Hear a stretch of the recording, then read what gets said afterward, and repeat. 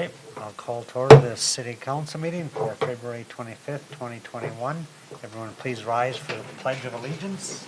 I pledge allegiance to the flag of the United States of America and to the republic for which it stands, one nation, under God, indivisible, with liberty and justice for all. Just a reminder before we get going here that everybody's asked to wear a mask. If you're speaking or called up to speak, then you're more than welcome to remove it, and then once you're done, please put it back on. Roll call.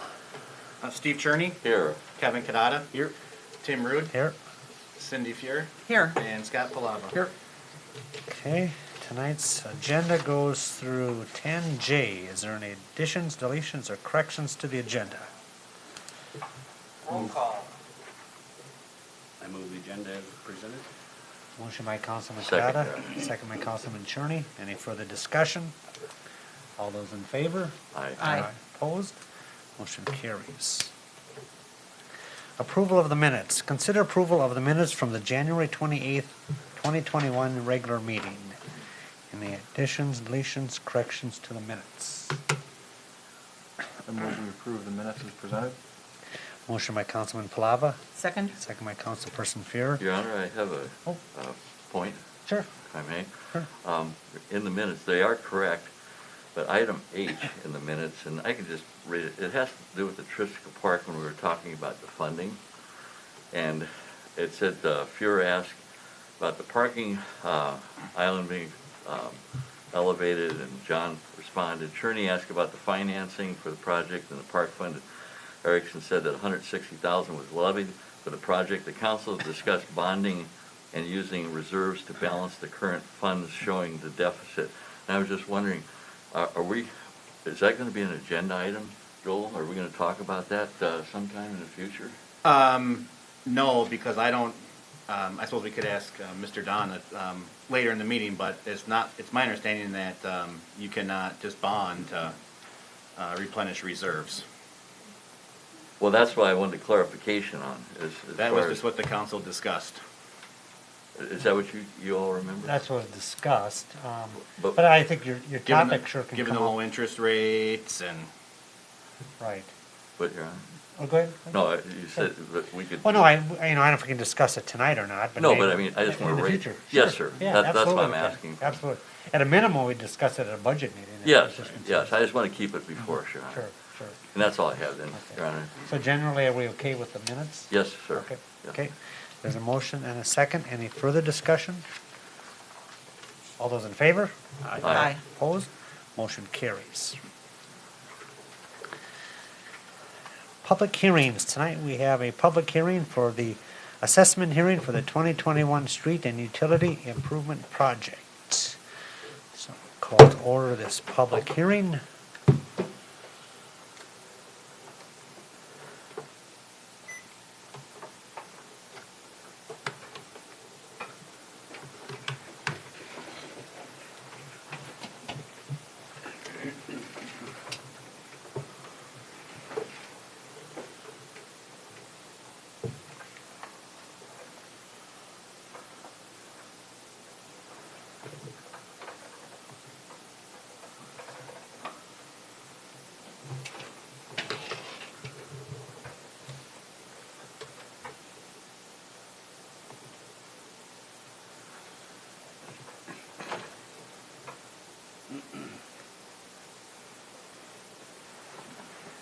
Okay, Mr. Powell. Thank you, Mayor and City Council members. This is the assessment hearing for the 2021 Street and Utility Improvement Project. City personnel in attendance, the City Administrator, Joel Erickson, Public Works Director, Russ Wasak. I'm the City Engineer. The format will be, I'll go through a presentation, talk about the costs and assessments, proposed assessments. There are some attendance sheets in the back, if you could sign those, please. And if you do have additional comments, there's also comment cards that can be left with the city. So the purpose of this meeting, as you may recall from the October public hearing, there's generally two public hearings related to a public improvement project. What we call the improvement hearing that's usually held in the fall, and this is the assessment hearing. The improvement hearing focuses on the scope of the work, the anticipated improvements, things like that. This hearing focuses on the proposed assessment amount, and we will talk about cost because the project has been bid, so we have actual cost information to use. So it's to give property owners and others an opportunity to express concerns about the proposed assessment. And then after the hearing, in a separate action, the council will decide on the final assessment amount, the payment period, and the interest rate. So this project extends from the CIP that was prepared in 2006, which evaluated the condition of streets and utilities, identified priorities for street reconstruction and maintenance. We've completed several projects up to this day, and in 2020 we updated the pavement condition using pavement condition index, so the PCI, the rating of the street, and the 2021 project area was identified. So this shows some recent projects, green being phase 1, yellow phase 3, blue phase 2. Main Street was phase 4 in orange, and then last year was 2nd Avenue Southwest improvements. So we're generally, as you can see, moving from east to west, and this continues that trend. So the project location for 2021 is on 3rd and 4th from the south end up to Colorado, and then Delaware over to 2nd Avenue, and Colorado from 2nd Avenue to 3rd.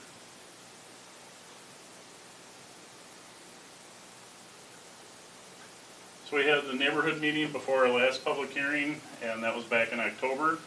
We did receive bids. They were open on January 26th. We're at the assessment hearing this evening. The anticipated construction start, assuming a contract would be awarded, would be mid-May. Substantial completion by mid-September. And as with all past projects, we delay the bituminous wearing course by 1 construction season. So that would be completed in 2022, and a 2-year warranty inspection would occur in 2024. The improvements include replacing the entire water main system, including services up to the curb stop, sanitary sewer repairs, bituminous pavement reclamation, complete street reconstruction, which includes a sand subsection. It also includes installation of a drain tile that helps drain the subgrade as well as provides a connection for sump pumps. We're replacing the storm sewer catch basin and manhole structures, and the street reconstruction includes curb and gutter replacement. So the project cost that will be presented includes construction unit prices based on the low bid received, a 5% construction contingency, and it also includes indirect or soft costs, bonding, engineering, legal, and administrative.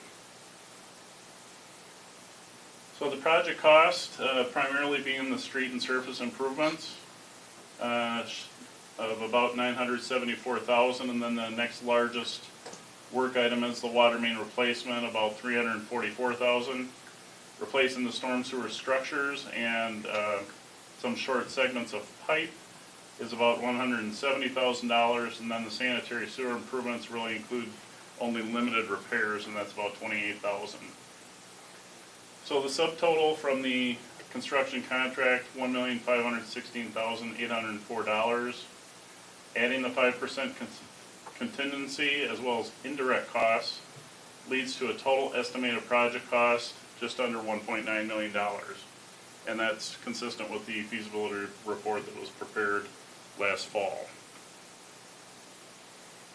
The financing, the city will issue bonds paid for by assessments to benefiting properties, and the recommended amount is $532,992, which is about 28.1% of the project cost. Also financing the project is general property tax levy and enterprise funds for the water and sewer systems, so that's sanitary sewer. Proposed assessment area is outlined in the green box.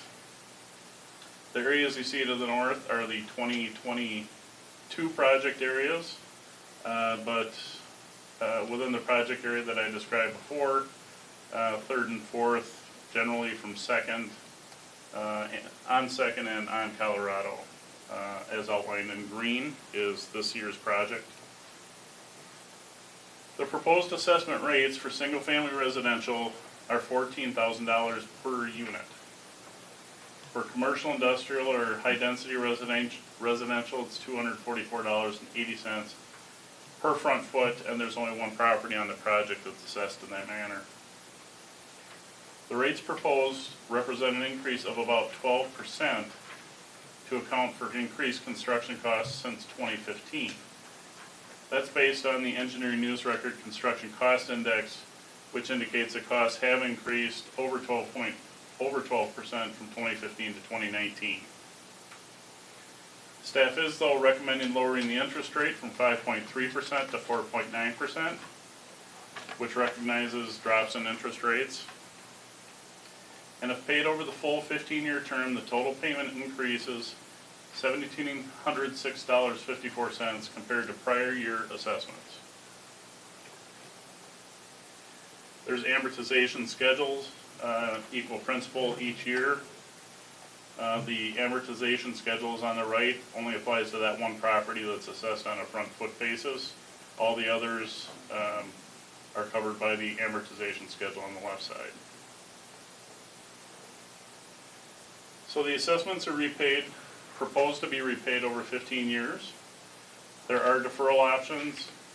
As listed, the property must be homesteaded, 65 years of age or older, retired due to a permanent or total disability, member of the military called to active duty, and interest does accrue until payment.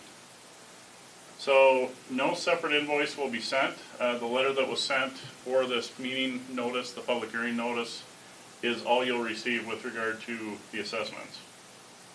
If no interest if paid within 30 days of this evening's hearing, it can be prepaid at any time with no penalty, and the first payments with 2022 property taxes, and that does include interest accruing at $1.88 per day for 674 days. There's a couple of special assessment resources. The method of improvements, public improvements, follows state statute 429. And the League of Minnesota Cities has an excellent resource financing public improvements, and the special assessment toolkit specifically applies to assessments. There's a contact information for the city administrator and myself, and with that I'd respond to any questions from the elected officials. I don't know. Go ahead, or this is actually open to the public, right? Yep. So we should start with the public, or? If you had any initial questions, Oh. I'd respond to those, and then we'll take whatever Okay. questions Sure. the audience has. Okay, Councilman Cherney? Yeah, thank you, Ron. John, we had 0 in there for the alleys. Are there any alleys involved? There are no alleys in the 2021 project. Okay, yeah, because that's always been a bone contention. It can be, I mean. And then you mentioned curb and gutters. Are there sidewalks involved with that? There's no new sidewalk proposed. There's a very limited amount of existing outwalks or catwalks. Those will be replaced, but there's no new sidewalk proposed as part of the project. That's all I have, thank you. Anybody else at this time? Nope. Okay, again, this is open to the public for public comments. I guess we would ask that you state your name. If you're able or comfortable to come up to the front and speak, would be the best, but if you're not or don't want to, that's fine too. Anybody with any comments, questions, concerns? Have we had any written correspondence? No written or verbal. Okay, anybody want anything else on the record? I move we close this public hearing. Motion by Councilman Kadat. Oh, go She ahead. has a question, but she's too afraid to ask. Well, that's okay. You don't even have to come up I'm if. not afraid to ask, I'm just lazy. Talk for the court there. I'll go right to the court. My name is Gail Ecker, and I live on 4th, and I was wondering how we're gonna get in and out, because there's no alley. Well, and there's also no, there's a circle at the Yeah, end, it's a so how- cul-de-sac, so there's no out. Okay. There's only in, and I'm really Long summer. curious. Well, we have a smart man that's gonna answer that for us. Okay. I'm sure everybody wants to hear it. You want me to respond to that? You're the only smart man in the room. The contractor will be responsible for maintaining access throughout the project. That's very specific. One of the things that we use the reclaimed bituminous for is temporary driveways and temporary access. They need to maintain access for garbage pickup and everything. It's more difficult when it's a cul-de-sac, but I think what you'll find is there will be some disruption, and then it'll be access on, say, a gravel surface. Then it'll be more disruption, then it'll be access on a dirt surface. So it's not constant for 2 months right in front of a property. So that is one of the priorities on these projects, is maintaining access not only for day-to-day but also emergency purposes. We certainly can provide you the name of the contractor's contact number. WSB will have a inspector or overseer on the job. And, again, that's their job. So if you have any inconvenience, need to get out for any reason, just make sure you call them or give them a little notice if you can. Would be nice, of course, but good. And Mayor and Council members, I would mention that we do post weekly newsletters on the city website. So what we try to do is identify what's been done and what is coming up for the next week. So those are usually posted on Friday. So if you want to see what's happening the next week, take a look at the city website, and there should be a newsletter. We do one every week unless really nothing's happened or nothing's changed, but it's typically every week during construction. And of course, during the wet periods, it's extremely difficult for residents and the contractor and all that. But I can't reiterate strong enough. Don't be afraid to ask or call, or if nothing else, call City Hall, and we'll get you fixed up here. Yeah. Okay, does that answer your questions? Okay. I don't know if this is pertained at all, but I'm just curious if any of this 14 grand is going to be able to use as like a tax write-off in the following years. Because I know that I had a girlfriend that just had some roads done, and some of the things that were put in, she was able to write off. I just don't know if anybody here knows anything about that, as to what we could write off if it was paid. I don't know if we're qualified to comment. Yeah, I wouldn't know the You answer may to want to that. check with your tax preparer, or unless you know, John. If they do have questions with regard to what's included or what's included in the project, we can certainly provide that if that helps them advise you accordingly. Okay, anybody else? Okay, so we had a motion and a second to close the public hearing. Is there any further questions? All those in favor? Aye. Opposed? Motion carries. This public hearing is now closed. Petitions, presentation of citizens' petitions and comments. Comments limited to 2 minutes. So if you're not on the agenda and have another item you'd like to comment on, now would be your opportunity to speak.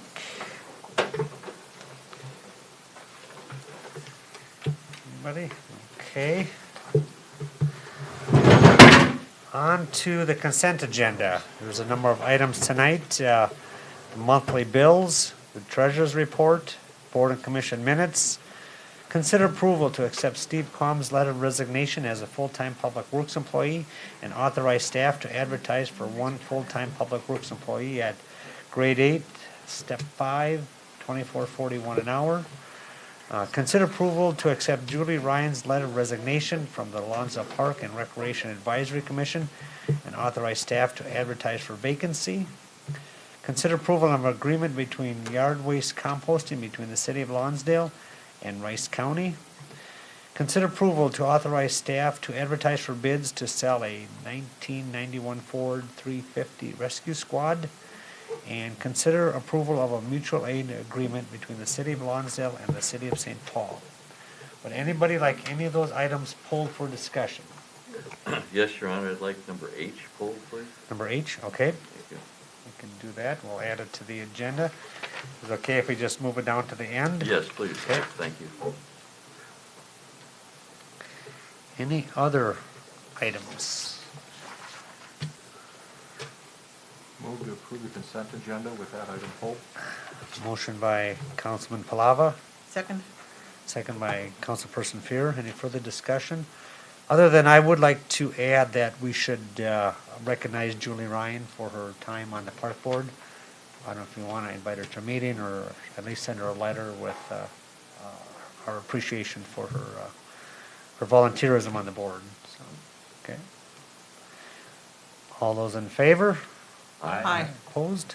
Motion carries. There is no old business. On to new business.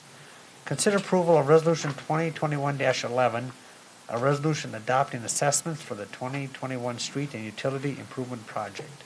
Mr. Erickson. Thank you, Mayor, members of the council. With the assessment hearing held earlier in the meeting, the next step in the process is to adopt the assessment roll through Resolution 2021-11. The assessment rates for single family are a flat fee of $14,000 and commercial, industrial, and high density housing are $244.80.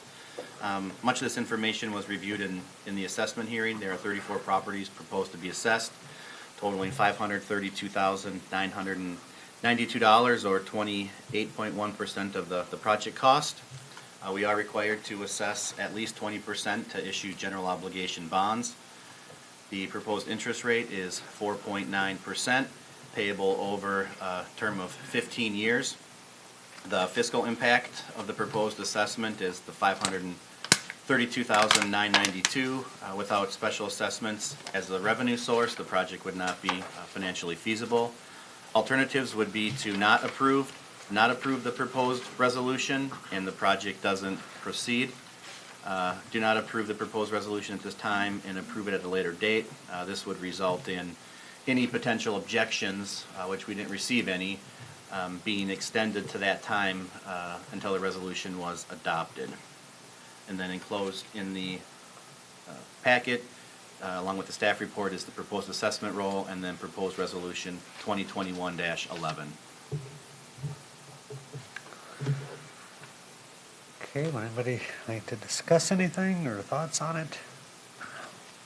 Step and keep in with their road projects. I move we approve resolution 2021-11. Second it. Motion by Councilman Kadada, second by Councilman Cherney. Any further discussion?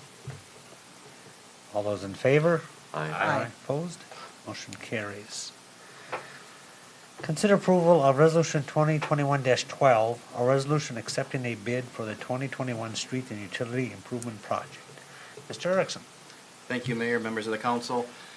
Well, with the assessment hearing completed, assessment roll adopted, the next step is to consider approval of the awarding the bid to BCM Construction, which was the low bid at $1,516,804.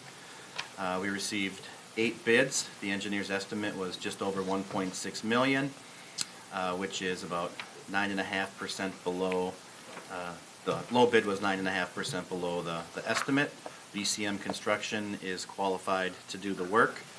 The impact is $1.5 million, which would cover the cost of legal, engineering, administration, and finance, and construction cost proposed to be paid via special assessments, property tax levy, and water and sewer funds. The alternatives would be to reject all bids and not award the contract, or wait and do not award it at the February 25th meeting, but consider awarding the project at a subsequent meeting.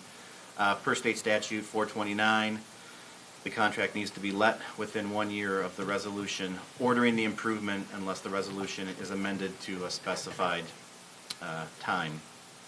Included in the staff report, the bid tab, and the proposed resolution 2020-12. I guess unless there's any questions, staff would recommend approval of resolution 2021-12. Your Honor, do we have any experience with this construction company? Have they worked here before? Yes, actually they have up by the church. Or maybe, John, you want to comment? They've done 2 previous phases. Correct. 1 and 3, I believe. Okay, good. Okay, thank you. I make a motion to approve. Motion by Councilman Cherney, Second. second by Councilman Palava. Any further discussion? All those in favor? Aye. Opposed? Motion carries. Consider approval of Resolution 2021-13, a resolution relating to $2,750,000 general obligation capital improvement bonds, plan bonds, Series 2021A, authorizing the issuance, awarding the sale, fixing the form and details, providing the execution and delivery thereof, and the security thereof, and levying ad valorem taxes for the payment thereof. Mr. Donna, welcome, sir.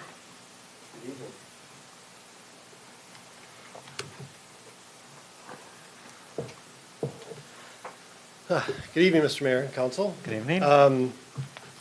I've got a couple handouts I'd like to go through with you. Typically, I put together a few slides, hit the high points, but tonight I brought all the details for you. How's that? Sure. So I'll walk you through as much of the details you'd like. I'll certainly talk about the highlights, but certainly the details there to answer any questions that you've got. Let's see.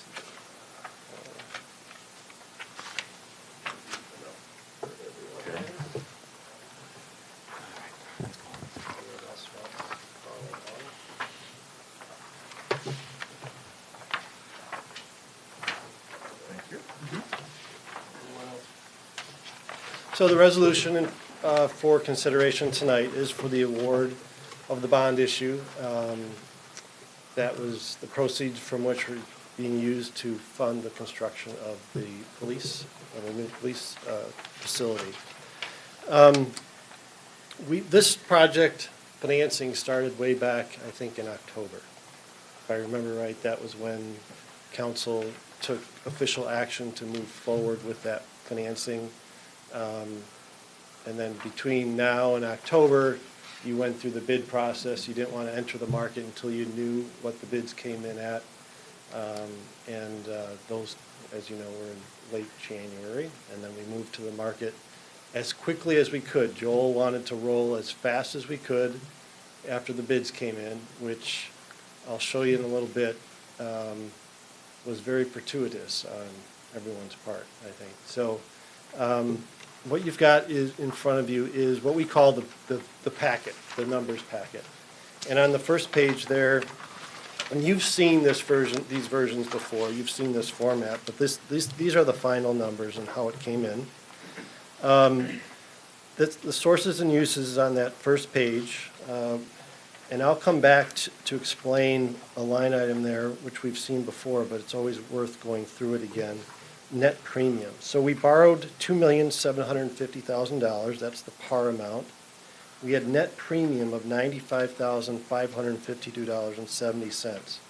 What that represents is, in a rising interest rate environment, buyers of bonds want protection in the future because of interest rates are rising. So they're willing to pay you a premium. They're willing to give you more today in return for a lower yield in the future. That premium is paid to you, and you have the choice of what you'd like to do with that premium. In the past, what you've done with that premium is, because you didn't have any reason to keep it, you used it to just reduce what you were borrowing. But in this case, because of the project cost bids and how they came in, there was an option for you to keep that premium and to put that right into the project fund. So that was captured as premium as the total project. So you kept that money for your total project, your total uses and sources of funds. So that totals $2,845,000. The project fund, that's the deposit, $2,632,147. And then you've got the customary costs that are paid out of it, and it balances out below at $2,845,000. So we issued $2,750,000 of debt. You actually ended up with total sources of funds of $2,845,000 because of that premium that came in.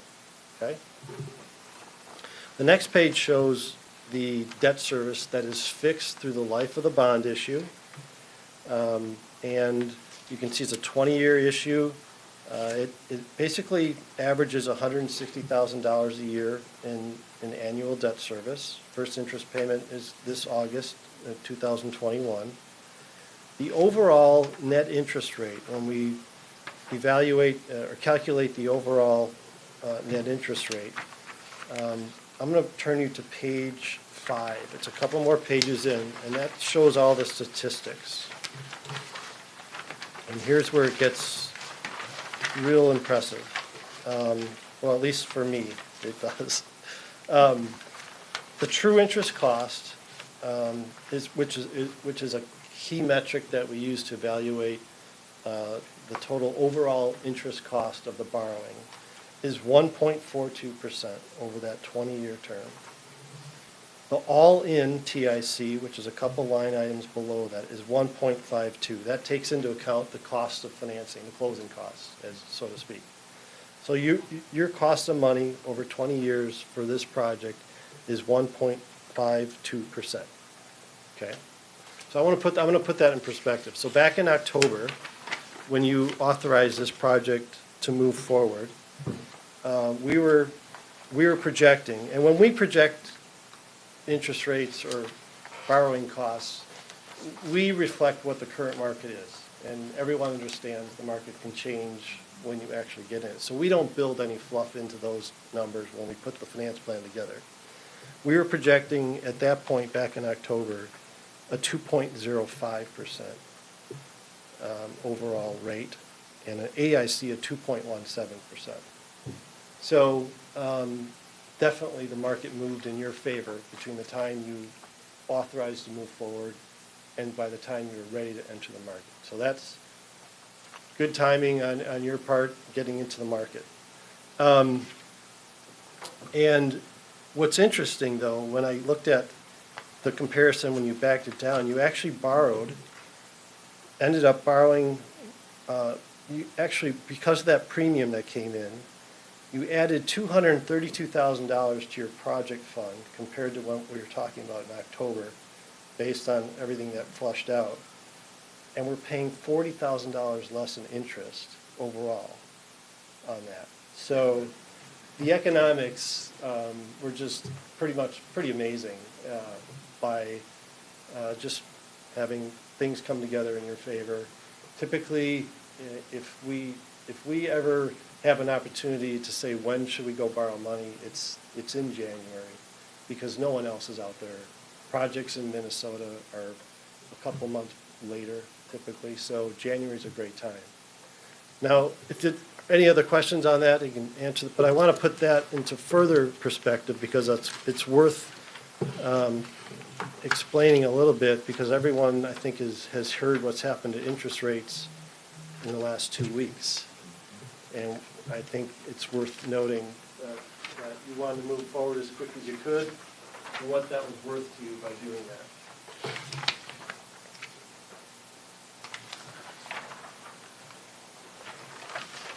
So there's several graphs here. They all explain the same information in just different ways. But over the last 2 weeks, interest rates have risen, roughly 40 to 50 basis points across the curve.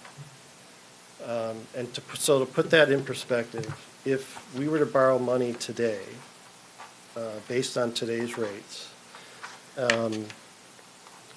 and let's just pick 50 basis points higher, so 0.5% higher, it would have impacted us by roughly $150,000. So by just getting to the market a couple weeks ahead of time, it saved you $150,000. So Joel, you get an attaboy for that. So. Mute. What was that? So we just priced a bond issue today, similar size for the state of Minnesota, actually a better credit, AA plus compared to your AA minus, which is a great credit rating, but AA plus, and 20 years, 2.25%, and you were well within the state of Minnesota just a couple of weeks ago. So. Nice. Good time to borrow money. It's pretty cheap these days, so good time to do projects. I did mention your credit rating was affirmed at the AA minus. Again, the highlights that came back based on what you can control, you've got, and I'm going to use their term here, very strong budget flexibility, very strong liquidity. So your fund balances are where they should be, providing that liquidity and flexibility within your budget.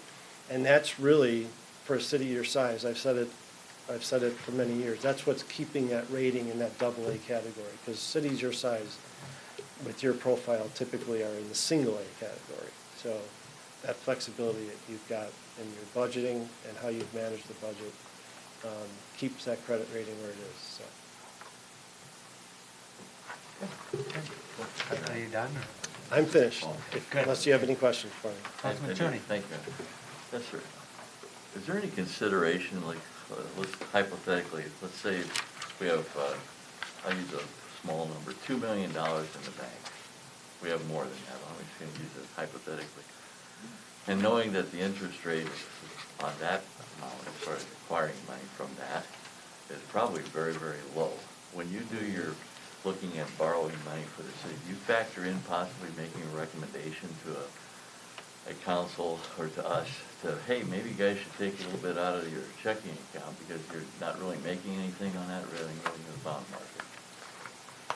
Yeah, certainly Mr. Mayor and Council, certainly your fund balance levels and your cash position that is spendable, so to speak, if you can afford to spend it. Certainly that gets taken into account, given what you're earning versus what you might be paying on existing debt or on a new project. So you did take that into consideration? It certainly factors into analysis, Okay. yeah. Because I guess contrary to that, so what if we were only rated an A city? There we go, that's my next one. So what would have been the ramifications? So,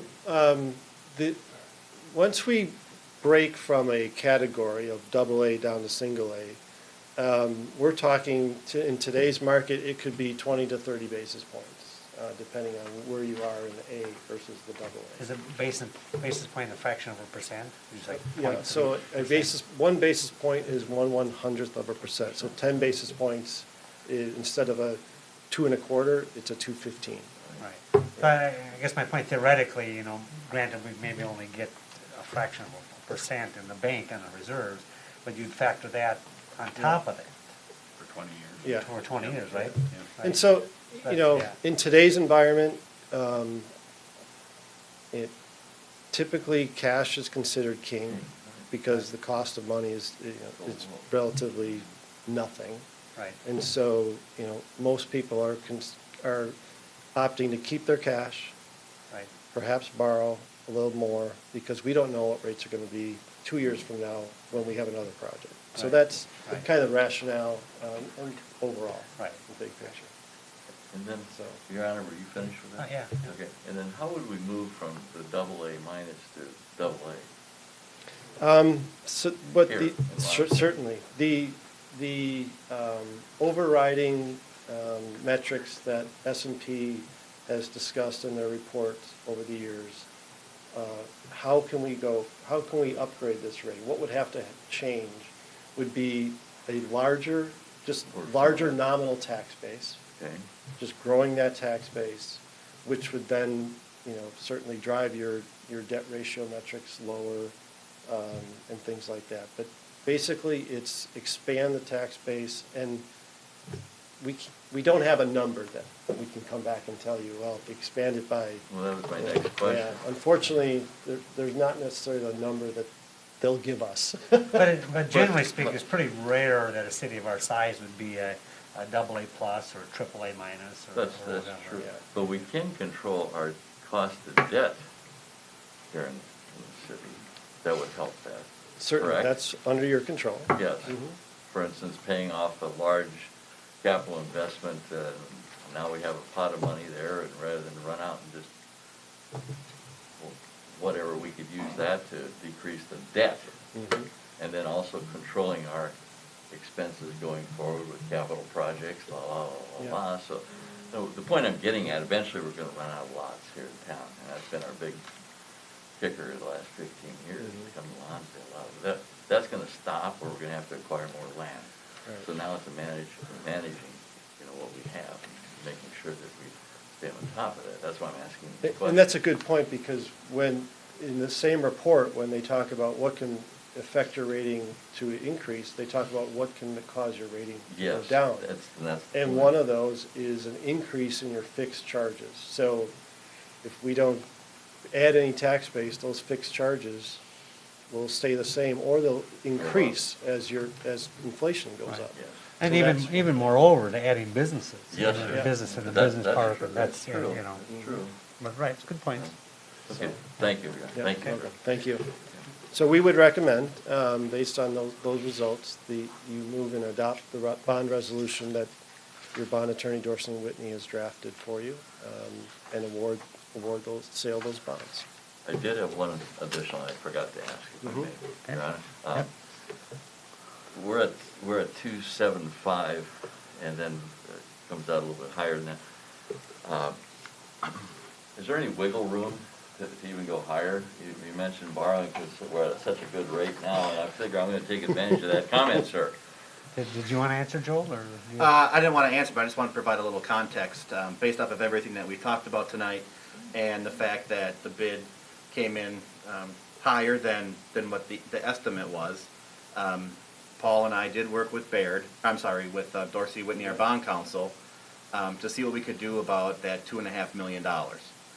And their recommendation to us, or advice, was, yes, you can go higher. They gave us that dollar amount.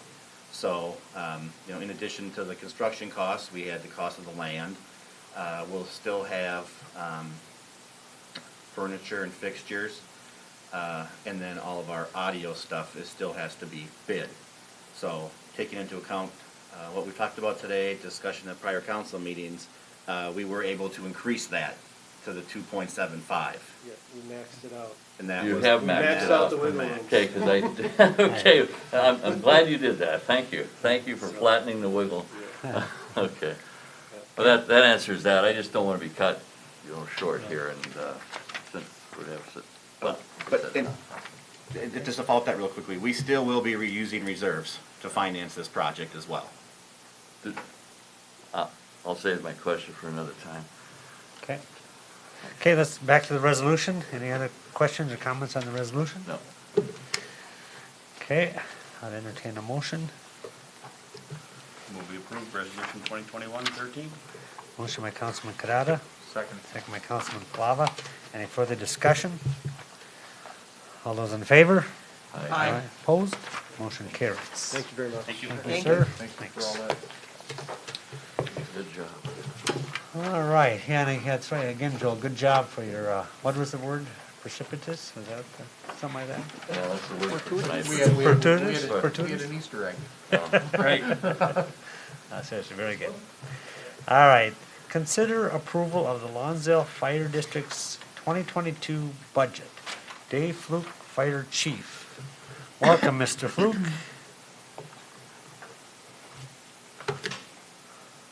Good evening, Mayor and City Council members.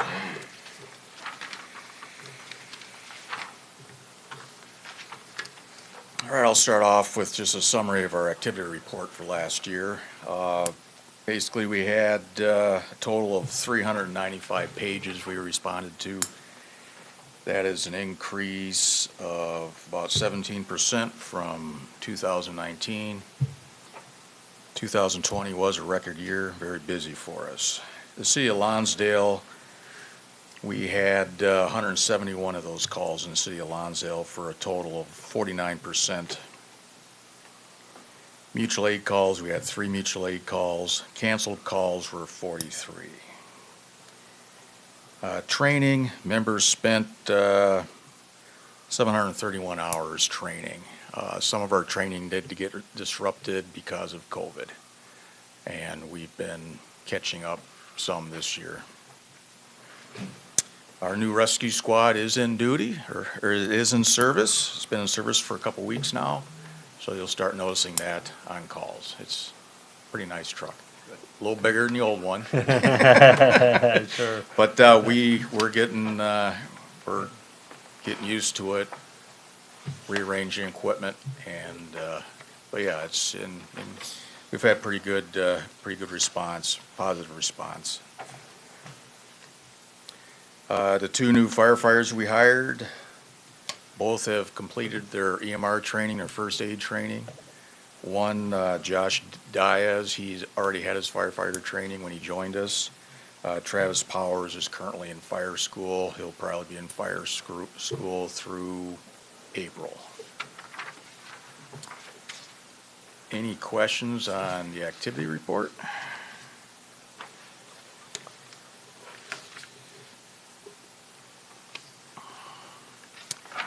Is there any questions on the 2020 expense report or revenue report? You know, I don't think so. I do like your goal of the capital outlay for equipment and items for future improvement. I think that's really important. Yes, and I know Chief Yetzer, he kind of started getting going on this, and I'm trying to continue with planning ahead, modernizing, trying to stay ahead of the curve on some of this stuff. Really important, so that's really good. I was just curious, kind of a little bit off subject, since we did that acquisition of that Montgomery territory, have you noticed that, has there been an increase, or is it really, I mean, much of a difference? I haven't noticed anything. I don't have any specific numbers on how many. I mean, it's never been a huge area for, I mean, at the time, medicals. Mm-hmm. I don't think we've been out there I mean, we were providing rescue. Yes, we were providing rescue, but not fire. Yeah, We were providing rescue, medical, car accidents, that kind of stuff. We go to fires. Montgomery Fire Department was taking care of. So now we take care of it, all of it, and I don't recall any fire calls out there at this time. That's because what they're paying is it was a minuscule amount to it. Yeah. Adjustment. Okay. Chief, I have a question. Yes. If I may. Go ahead. When it comes to a canceled call, like so we had 43 of them. Yeah. Do we suit up for those and run out there, you get to the door and they say, oh, sorry, there's nothing going on? Or can you kind of explain that? Canceled calls. Yeah. Sometimes we get canceled when we get to the fire hall. Okay. Sometimes we get canceled halfway to the scene. Sometimes we get canceled when we get on scene. So we're doing a good job kind of screening that out so to make sure that we're not gearing up for unnecessary things. In other words, there's a process in place, kind of? Or? Well, I mean, usually a lot of the cancellations come from medicals that or an automobile crash will get page 2, and then law enforcement gets on scene, Sure.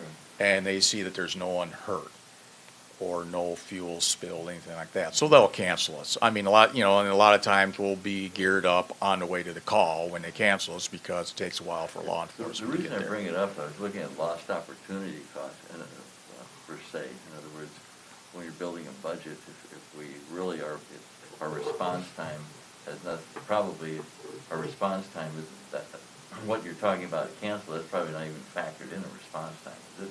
I'm trying to get a correlation between money spent and response time and real time. So the expense involved with canceled calls, it sounds like probably pretty negligible with respect to the overall budget. Correct. I mean, you're still paying the firefighters to show up, and you're still paying for fuel, provided. Let me ask you, are you satisfied with respect to the process regarding the 43 calls Yes. that were canceled? You are? Yes, I mean, it, like I said, a lot of times we're being canceled en route, so Right. we have to assume we're going to Okay. an active scene, and Well, I trust you. As long yes, as you're- as long as at this point, I'm satisfied with. I think I think the canceled call has improved with either law enforcement or the paramedics canceling us if we're not needed. And to Scotty's point regarding working with these other communities, how has our response time been affected? Plus or minus or same, or with respect to serving our community? If you look at, is it a minute and a half to get to somebody's house versus it used to be a minute, because we have to now worry about these other communities? I don't know if it's not a community, it's a couple of sections in the township. Is that all it is, Your Honor? It's not running over? No, beyond it? and Okay. that area that we took over for fire Yeah. coverage, we already covered Oh, for okay. medical, Oh, so, okay. so yeah, I mean, there's nothing that's been Okay. really, yeah, there's Okay. nothing that's I been. rest, been- I'm sorry, I been done. wasn't aware of that. I thought we were running. And to your point about the cancer calls, I actually ran into a situation last year. I had to, not here, but I had to call 911, and I got chastised for it by the staff at this facility. And I said, well, we can always cancel rescue, Right. but we can't make them drive any faster. There you go. So they're gonna call for whatever they Okay. need. Last week, there was a rollover crash on 35. Yeah. The woman sustained a head injury, so they, you know, that's what the 911 call came in, and they rolled. Well, when State Patrol got on scene, it was a head laceration. It didn't require all the trucks, so they canceled. And she- I'd just as soon us not be out, on that Yeah, particular car, right. I'd just as soon as not be No, out on the no, freeway. so then We she don't- their walked- process she is walked and to the she- ambulance, but, you know, on scene initially, yes, you better get every, you know, when people call 911, it's a panic situation. So, you know, there's gonna be those times where they don't have a choice. No, I trust the Yeah. chief, I just wanted to bring it up, because I've been involved with these response times and canceled and budget, and they said, we don't have the budget because we got it, you know, I just Yeah, wanna make it's- sure you're on top of it, that's all, and you No. are, so, that's fine, thank you, appreciate it, thanks, Tom. Unfortunately, they can't pick and choose their calls. No, no. Yeah, that's for sure. Don't have to collect We money, would like God. to sometimes, but, Thank you. okay. The proposed 2022 budget, not too many changes from 2021. The big changes are gonna be capital outlay equipment. Our next truck we're scheduled to replace is our tanker, our old tanker. We're scheduled to replace our lift bags.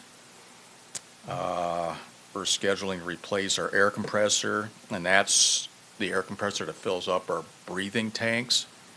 It's a special compressor, has to be certified for breathing air, so it's very expensive. Our SCBA, that's our breathing apparatus, face pieces. The bottles have a life expectancy or a lifespan of 15 years, so we're creeping up on that.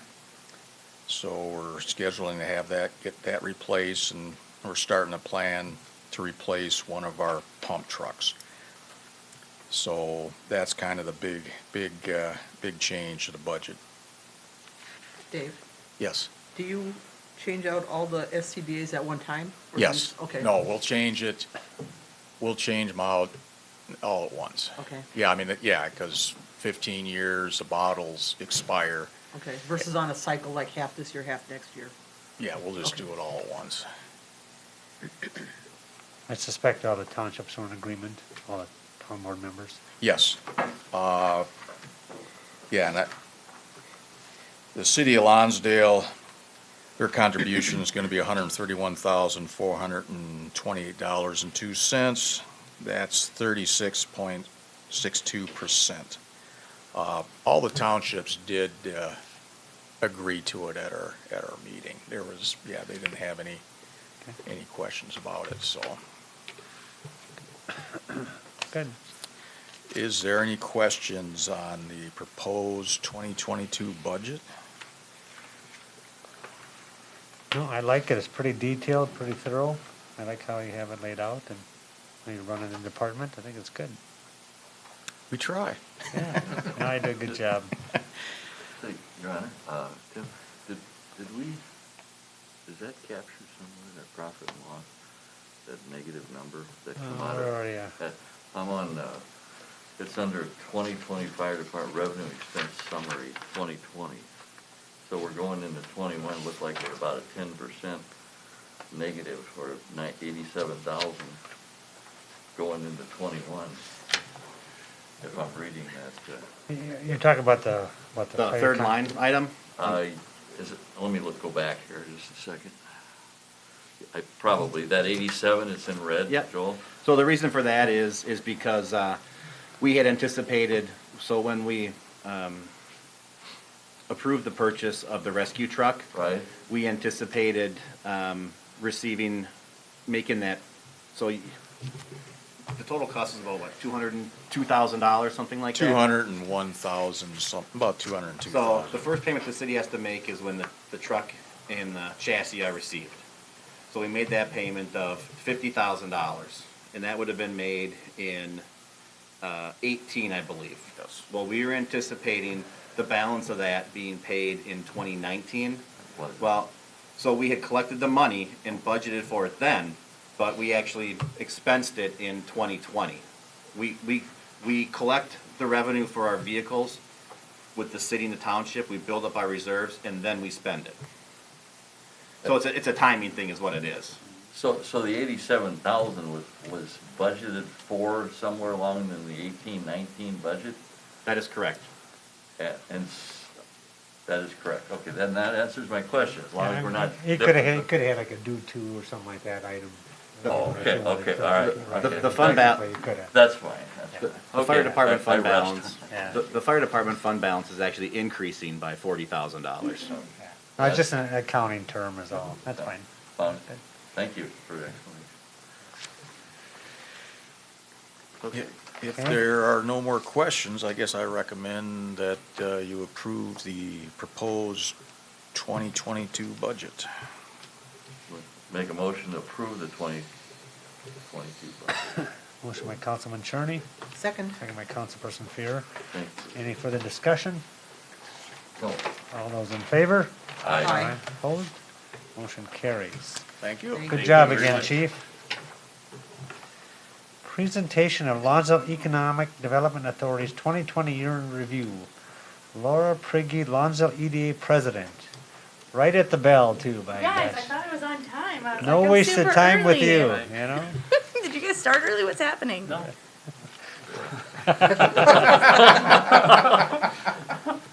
Oh, I did. You did. Yeah, It's that's on. right. Like, I Yeah, texted You asked to Joel. be put at near the end of the agenda because you had a You know what? basketball Your- game. your Hold time- on. your It's time- all good. My apologies, but your timing was perfect.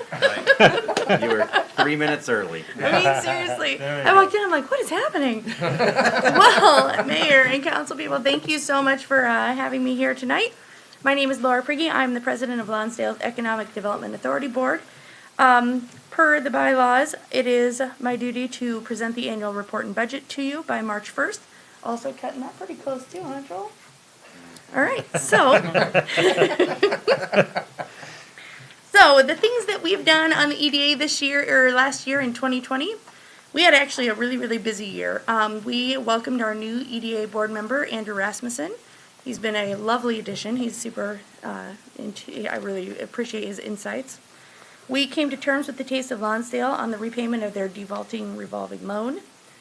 We implemented the business retention and expansion program with the University of Minnesota Extension Office. So that sort of involved conducting train the trainer meetings. We conducted 23 in-person meetings or interviews with local businesses. And then we conducted a meeting for the leadership team with the University of Minnesota Extension, Minnesota Deed, and a whole bunch of other people on the survey results. We did actually postpone the retreat, so the kickoff for the actual program where we actually decide the programs that we want to implement, because it could not be held in person. And so we thought that, you know, the program is really called Connecting Communities and Businesses, and so we wanted to make sure that we really had, you know, some really good buy-in for that, and it's always better in person. So we did delay that till later on this year, probably in the summer. We coordinated COVID-19 related activities and shared information with the Lonsdale Area Chamber of Commerce. We did renew the executive listing agreement with the Saron Properties for the business park, so we still have that same realtor up there. We reviewed the tax abatement options for businesses locating into the business park.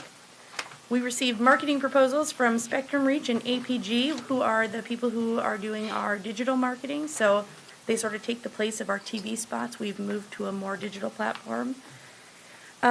We established policies for distribution of the CARES funding to businesses and residents. We advertised in the Lonsdale Resource Guide. We discussed and decided not to pursue the construction of a billboard at Highway 19 and County Road 46. We approved funding we approved providing funding to the Southern Minnesota Initiative Foundation.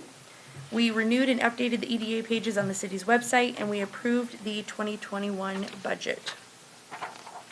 So those are really the highlight of the activities that we did. Our fiscal report, we began 2020 with a cash fund balance of $96,773, and we ended with an unaudited cash fund balance as of 12/31/2020 of $274,211.47. We are transferring a portion of that back to the general fund, which we approved at our February 18th meeting, so our actual ending balance was $128,389.67. So several of our specific revenues included, we had the Lonsdale Hardware and Rental paid off one of their revolving loans early, and then their remaining loan was actually paid off early in February of 2021.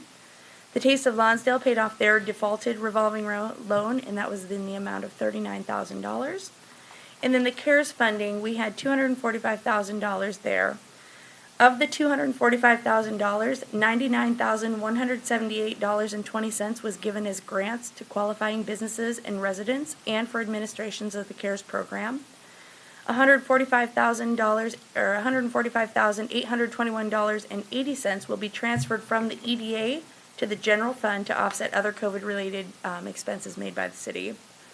And then the reason for the transfer is because it was estimated that 70 businesses would apply for the $3,500 grants, and only 29 received funding. So the city had a deadline to spend the balance of the CARES funding, and they did so on qualifying expenditures, and so we are going to make that right with the city money. Do you have any questions? Well, that was pretty thorough, by gosh. Very good report. I had a small amount of help. But yeah, EDA's we're going strong. We actually are really looking forward to 2021. The business retention and expansion program that we have implemented with the University of Minnesota is really cool.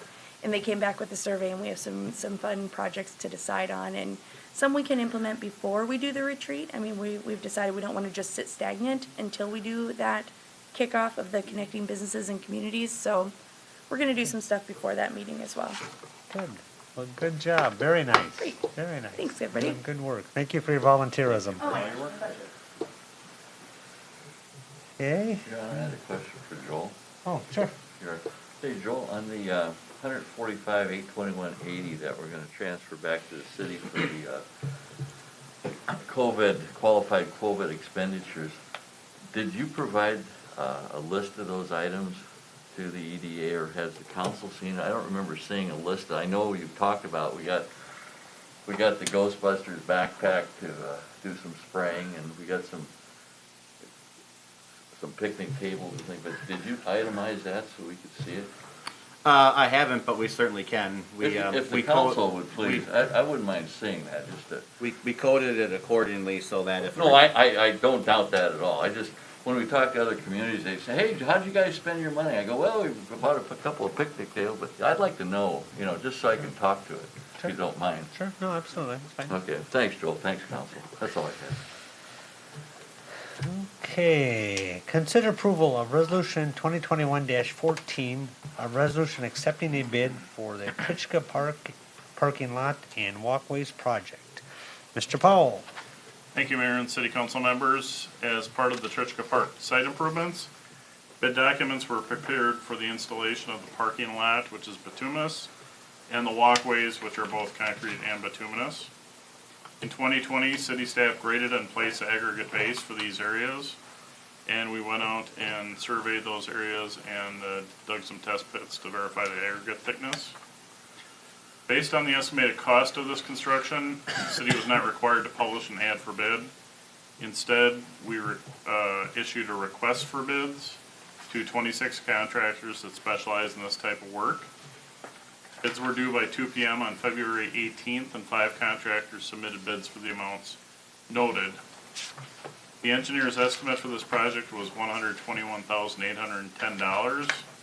The low bid was submitted by Crane Creek Asphalt for $101,872.70.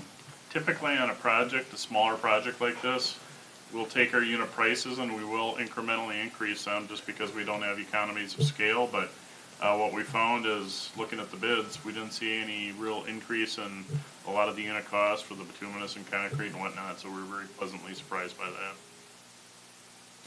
that. Bid documents require work be substantially complete by June 30th of this year. The low bid was $19,937.30, or about 16% under the engineer's estimate. We believe the bid amount accurately reflects the value of the work to be performed, and Crane Creek Asphalt has successfully completed similar projects in the past. Recommended action is to approve the motion to receive the bids and award a construction contract for the Klitschko parking lot and walkways to Crane Creek Asphalt for their bid amount of $101,872.70.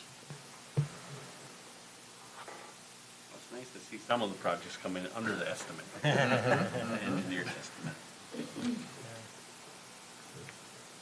I make a motion to approve resolution 2021 awarding it to Crane Creek Asphalt. To my Councilman Palava, Second? second my Councilperson Fear. John, I do have a question. Sure. To Cindy's point that she made when we were discussing it, I don't know where the funding's coming for this. Was that out of the general fund or, because I know we've already matched our bond. Where is the funding coming for this? The property tax levy, we budgeted $159,000 for this work to be done in the park fund. For this specific? Correct, yep. Okay. So it'll be that cost, engineering will have incurred costs for. So the 100.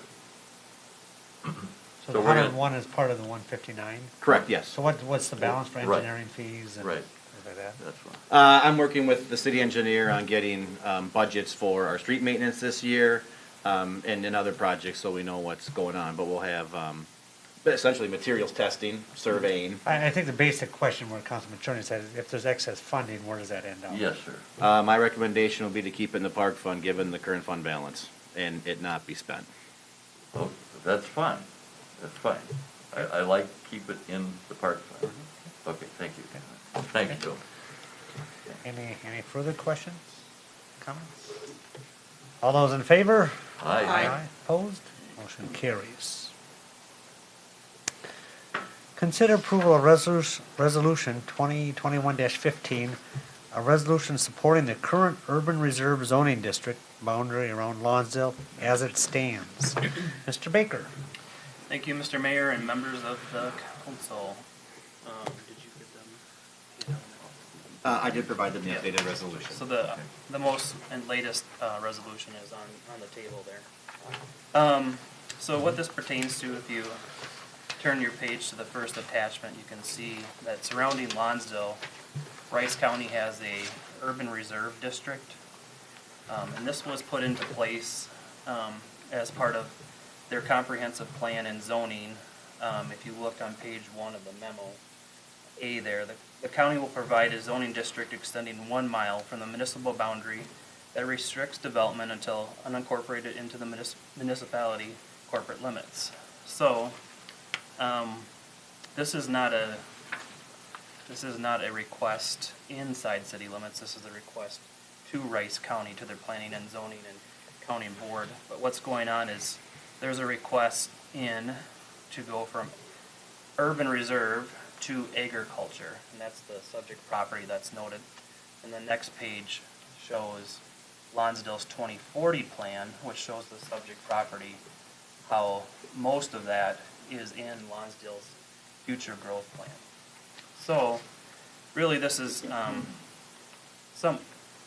somewhat of a simple initiative by the city, and that we're just wanting to stand by the urban reserve as it stands and keep that in place and support the county and their county zoning and keeping that in place. So whether it's this request that's come forward here recently or future requests, we would just want to stand with the county in keeping that together. So this particular case is 141 acres. It's about a 1/5 of a mile, which is, I correlate to being from City Hall to the stoplight is about that distance. So it's not very far away.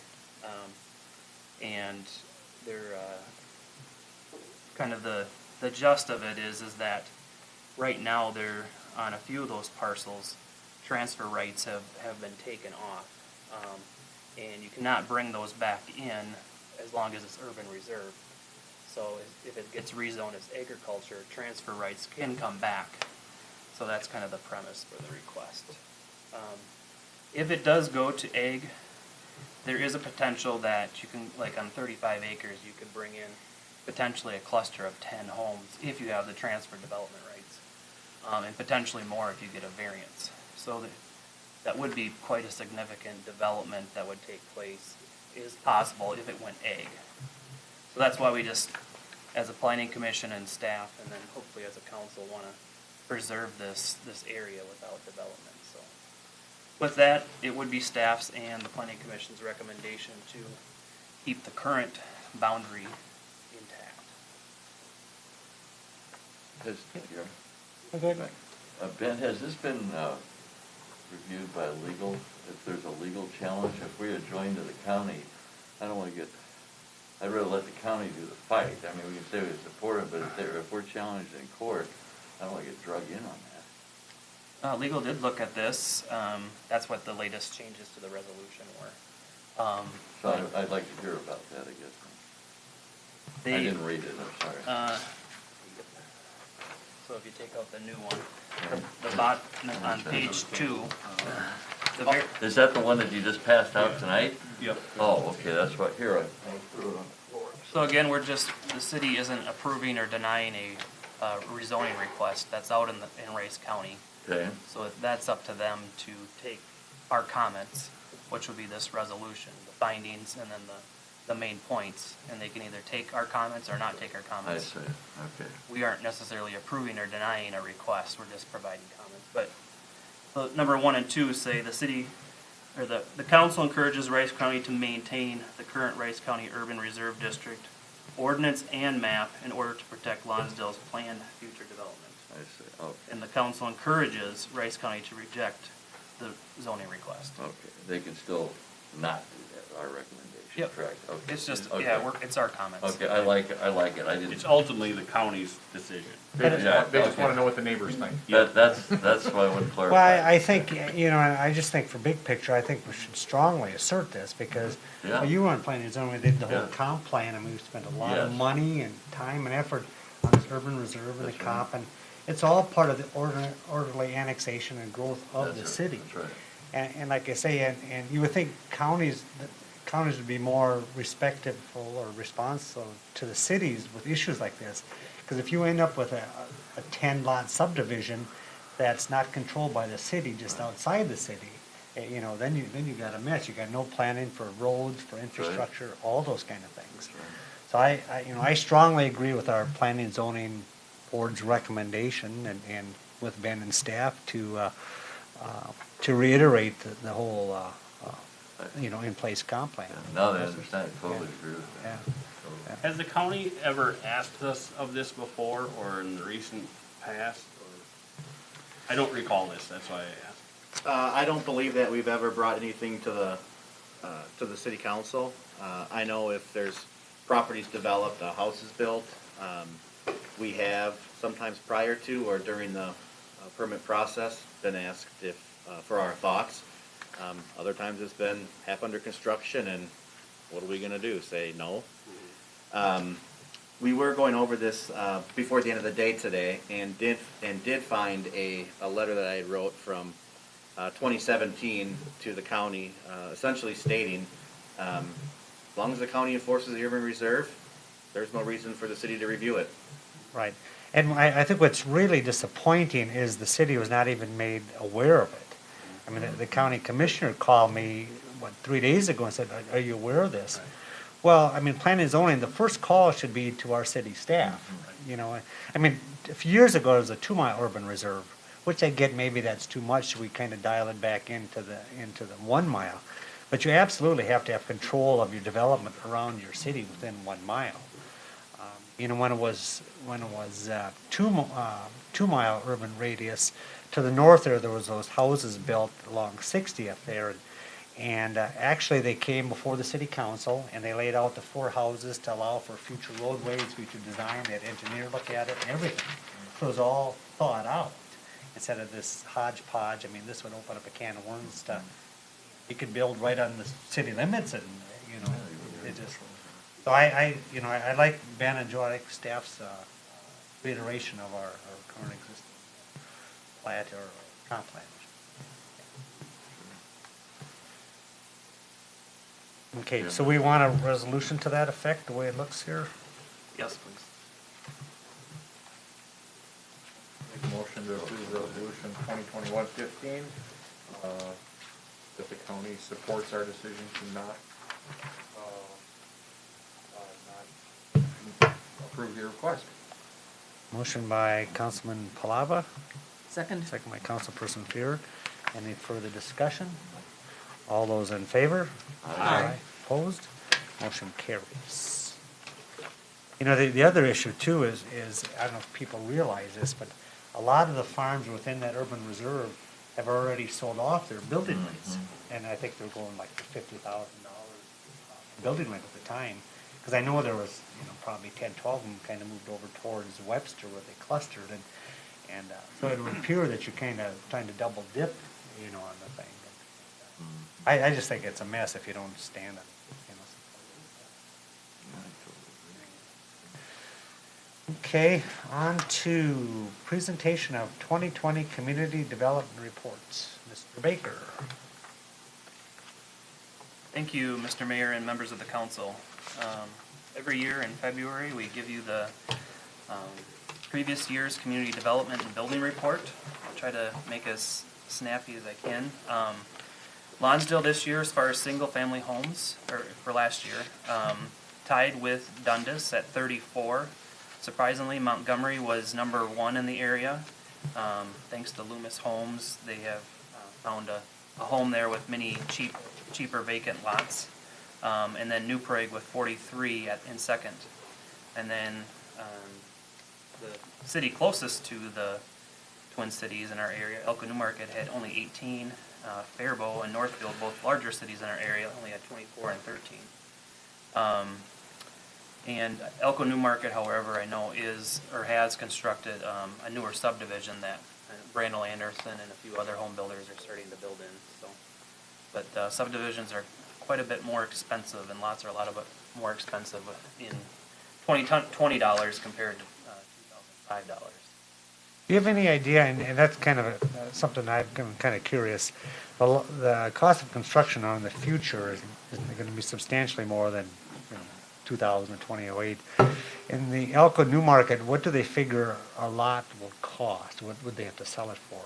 It's 80 to over 100. 80 for 100 just for average family lot, yeah. Yeah, that's what I was afraid of. And that's why, you know, as these developers come down, we'll have to kind of, you know, see what they're. It'll be a shock for a little bit once going from the old 15-year-old prices to today's dollars. Right. Good news is Lonsdale's already got 10 new home permits in the process here in 2021. So Northfield only had 13 last year, so we're already almost at their total for all of last year. If you turn the page, you can see the graph that correlates.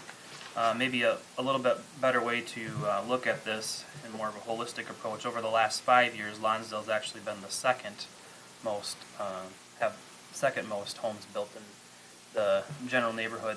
Just 34 less than New Prague, but 43 more than Northfield, which was third. The graph underneath that just shows the whole area south of the Minnesota River. Of course, Lakeville is always the or one of the most fastest growing cities in Minnesota. So Lonsdale's right in the mix there. The next sheet is a sheet we keep of all of our new homes. Who builds them?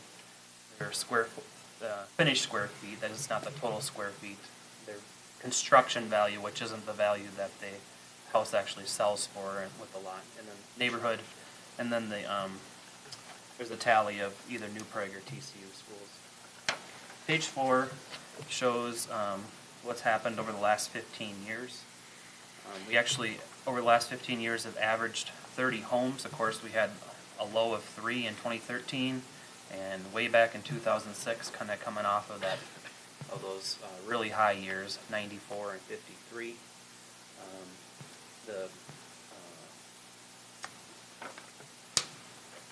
That is the same sheet as on page 2. So don't look at that one again. Still impressive at 639. As far as new home units and starts, again, Lonsdale had 34. There was 46 in 2019, 45 in 2018. We haven't had very many attached or twin home units over the last decade or so. Probably like 2006, 7, 8, 9 was the last years we really saw any of those being built. People have kind of switched over to those villas where you can have a little bit of distance between you and your neighbor and not share a common wall. That doesn't mean if prices get outrageous that we will probably see people starting to want those again. That shows the average finished size area, just under 1,500. The construction value of 248. Later on, you'll see that listing prices are different. Total new home value that came in last year was $8.5 million. Quite a bit under the last 2 years, but that's of course because we had 45 and 46 homes the previous year. Who's building the homes? Loomis Homes 65%, LGI 20%, and that's going to continue through this upcoming year, 2021. Probably back in the 2000 to 2010, there was quite a few custom home builders where you may have saw 1 or 2 homes that would be duplicated in a neighborhood. Now those 2 companies pretty much just have 1 to maybe 6, 7 home plans, and they'll rotate them or add a garage or add a different face or some siding color, but essentially they're the same homes being built, which they found a market because that's very affordable for first-time home buyers and people in Montgomery and Lonsdale and New Prague have definitely liked their products. Last year there was 24 new homes built in the TCU district and 10 in New Prague. And you can see the previous year's numbers there as well. Going to page 6. As far as total value into the city, this was probably our highest ever. Of course, values always go up every year, but this was the most value we've ever added to the city, $15.5 million. 2.6 can be attributed to the First National Bank, so that helped. And another number that's a huge jump would be we had 445 permits that kept staff busy and is keeping staff busy. So with our new building official, we've gone away from all-inclusive finished basements and new home permits to adding a plumbing and mechanical. And then also along with that last year, was just speculation, but with extra time and stimulus money from the COVID-19 pandemic, we really had an uptick in people pulling permits. And you'll see that in 3 of the other permits that we issued here in the next page. So you can see the correlating chart with the values as they've gone up since the recession back in 2011 to 2013. On page 7, this is what I was talking about. There was a 27 permit jump for decks. So many people were either doing their own decks or hiring them out. Same with fences, plus 18 in fences, so that's a huge jump. And then re-roofs, 34. And we didn't have a hailstorm or anything like that. That was just people doing projects, either seeing them and seeing that they need to be done, having time, or having extra money. So all the rest of them, finished basements, sheds, windows, and re-sides, all kind of stayed about the same. As far as home sales go, quite an astonishment going back to 2005. At the bottom of page 8, you'll notice that it just took 5 years to jump $80,000 to $100,000 in value as far as new homes.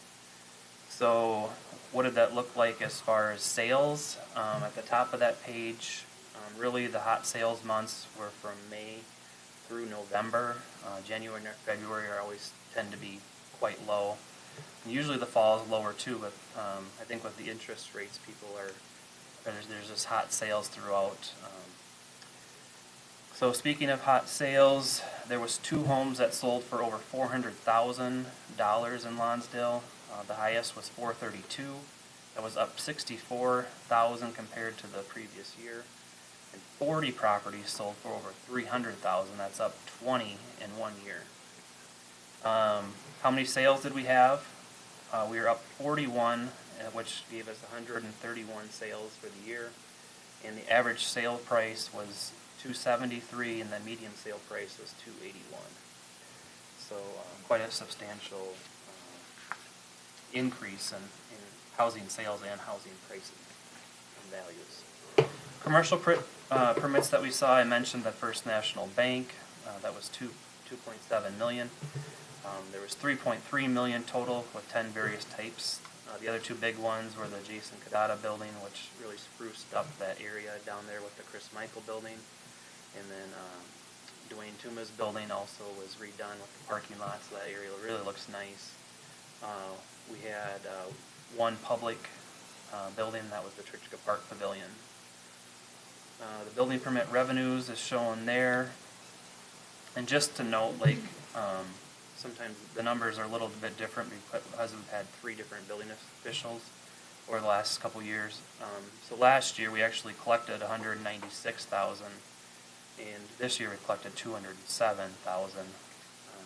Just I wanted to make that note there. SAC and WAC fees, we collected $282,000. There was 27 residential and 1 commercial connection. LGI did, after they did not build 7 of their homes last year, so they actually got to use their SAC and WAC payments from last year. We don't charge them twice for that. The page 11 correlates with page 12. That's that lot inventory that we see every year. There's roughly 130 platted lots left and available to be built on with sewer and water stubbed and graded and ready to go. Of those, there's only 65 to 75 that are actual standard size lots. So lots with most of the building is just a regular 10,000, 11,000 square foot lot with a regular house being built on there. So that the rest of those are non-villa, or the villa homes or the twin home lots. Overall, the city's only got about 10% left.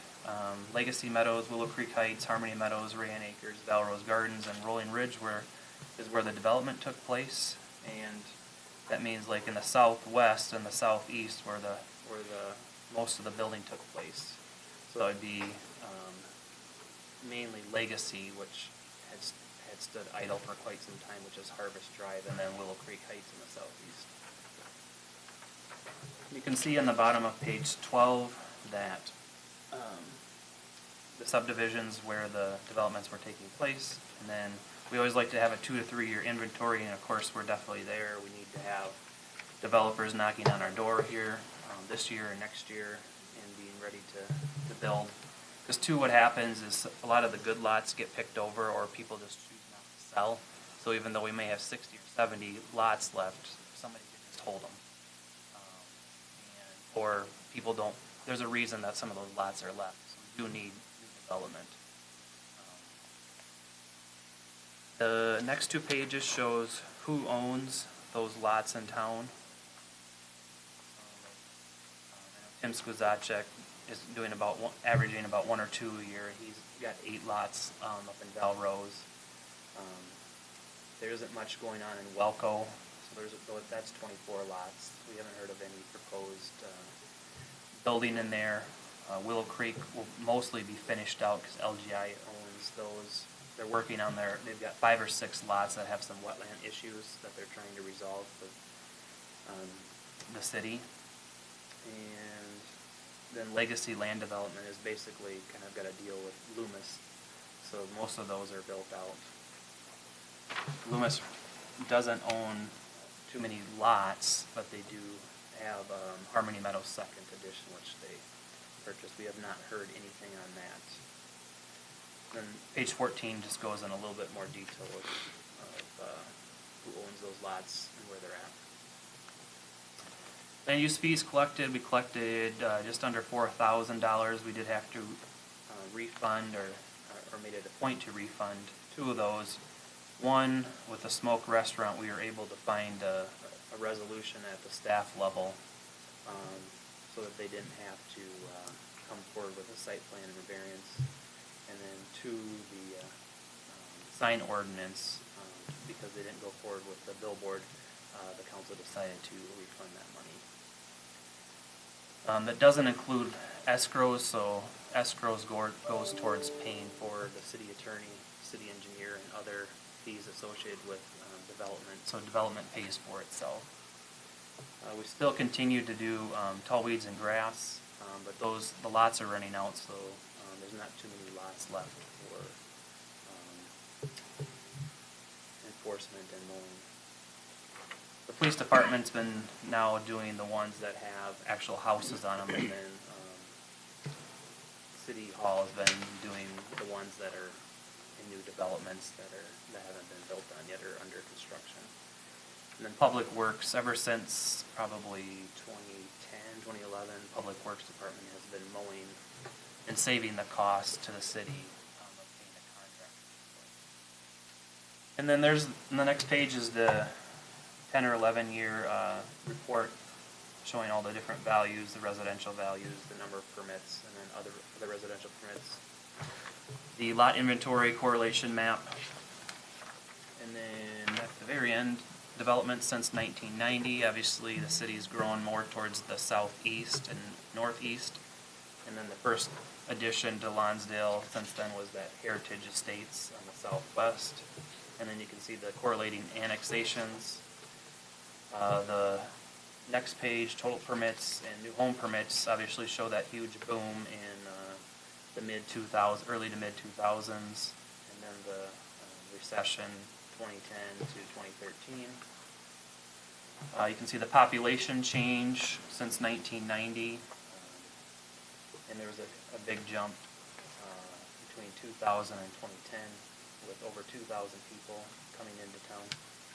And the very last one shows what Lonsdale looks like as far as population change compared to neighbors. So Faribault and Northfield both had about 6,000 people added over that span, but they started off with 15 and 17,000 people, and then New Prague was 3,500. They basically doubled the size of their town, or if not more than doubled. Alpha New Market, same thing, 4,430, and then Lonsdale, of course, doubled, 3,129 people added. Montgomery, not as much. They're just a little further out from the Twin Cities, and then Dundas with 1,227. So with that, it concludes the community development report. That is really detailed, I will say that. Awesome. Awesome, a lot of work into it. Anybody have any questions for Ben? Oh, just that a voice. Yeah, very good. Very in-depth. Yeah.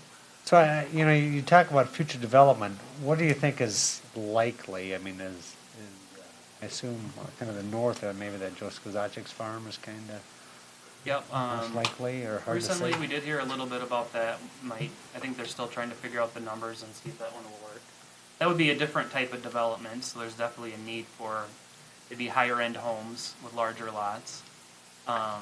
Hopefully Loomis, because that one's the closest to ready to go. So What's in there, 25, 30 lots? yeah, at least. And with the Klitschko Park being built there, that should, I think a lot of families would enjoy being right next to that. So hopefully that gets going soon too. Right.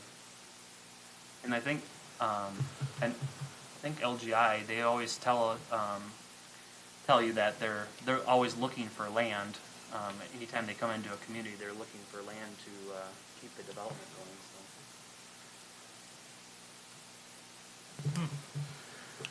Well, we'll see what happens. Thank you very much, Ben, for all your work. Consider approval to schedule a public hearing for special assessments for delinquent accounts on March 25th, 2021 at 7 PM or shortly thereafter. Mr. Erickson. Thank you, Mayor, members of the council. Working with staff at City Hall, utility billing, well, I should preface it back to beginning of COVID, back in March of almost this time last year, the council decided not to charge interest on past due accounts from then until, I believe it was August 1st. And then in that meantime, there were also rulings made by, or decisions made by the Attorney General that was deemed, if the city shut water off, that house was deemed an eviction because the house would not be habitable. So we have not been shutting people off on a monthly basis.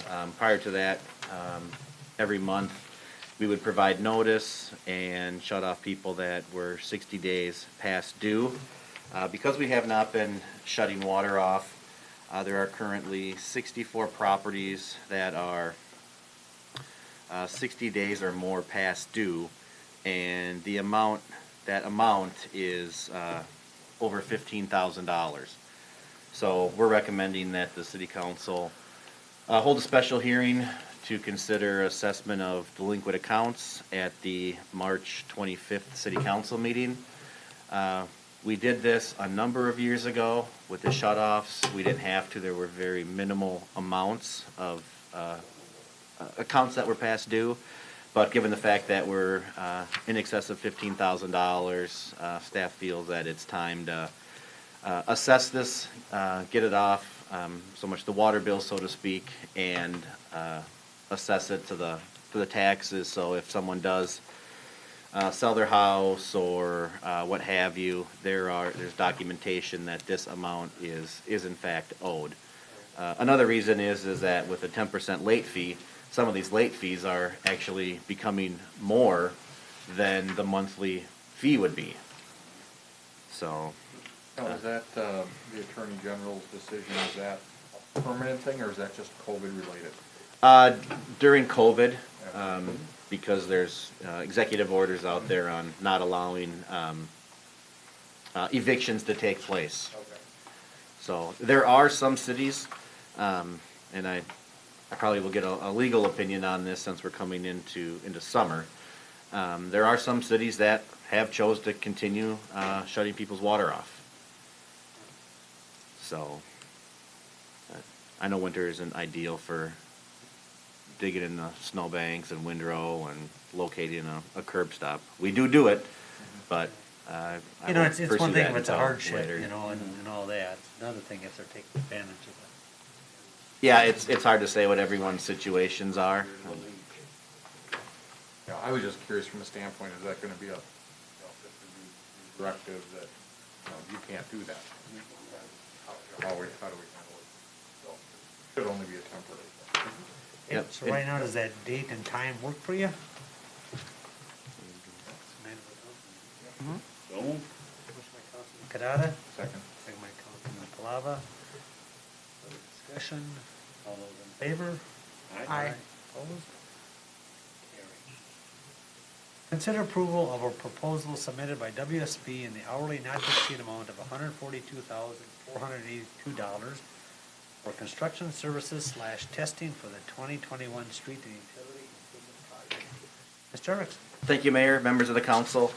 Well, I actually received the proposal prior to the council packet going out, but wanted to follow up with the city engineer on a couple items. But the contents of the proposal are the same as our past projects. They consist of contract administration, construction staking, construction observation, construction materials testing, and as-built drawings. All the services are required and necessary. As I said, I've worked with the city engineer on this, what the proposal consists of, and who our construction observer will be.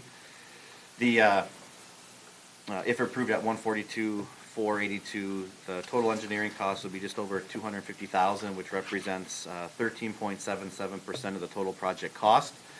This is slightly higher than the total cost is slightly higher than prior years, because when we did the feasibility studies, we did two of them. One on Third Avenue in the side streets east to Second, and then also Fourth Avenue east to Third, to determine which project was,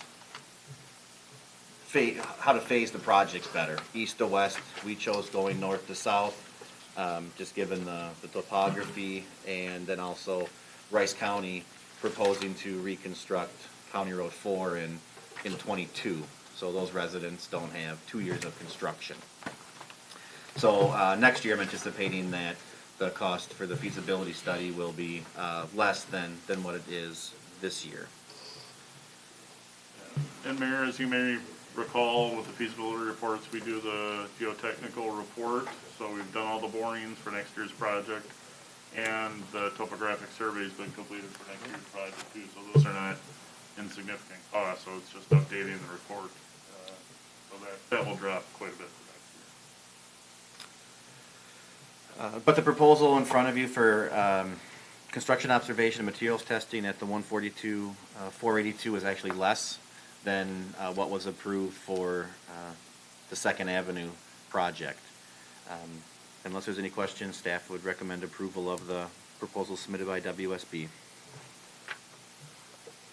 Always had a good relationship with WSB, and I think they really understand what we want in the project. I mean, we entered into agreement with WSB, not to exceed amount of $142,482. Motion by Councilman Karada.